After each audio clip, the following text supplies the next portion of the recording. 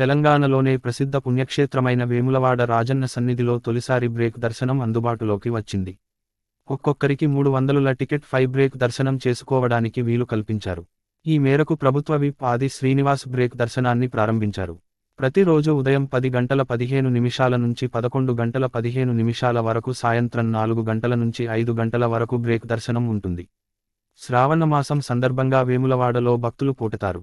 సోమవారం ఒక్కరోజే సుమారు 20,000 మంది భక్తులు రాజన్నను దర్శించుకున్నారు. ధర్మగుండంలో స్నానాలు ఆచరించిన భక్తులు మొక్కులు చెల్లించుకున్నారు. BJP assembly floor leader Eleti Maheshwar Reddy కుటుంబ సమేతంగా రాజన్నను దర్శించుకున్నారు.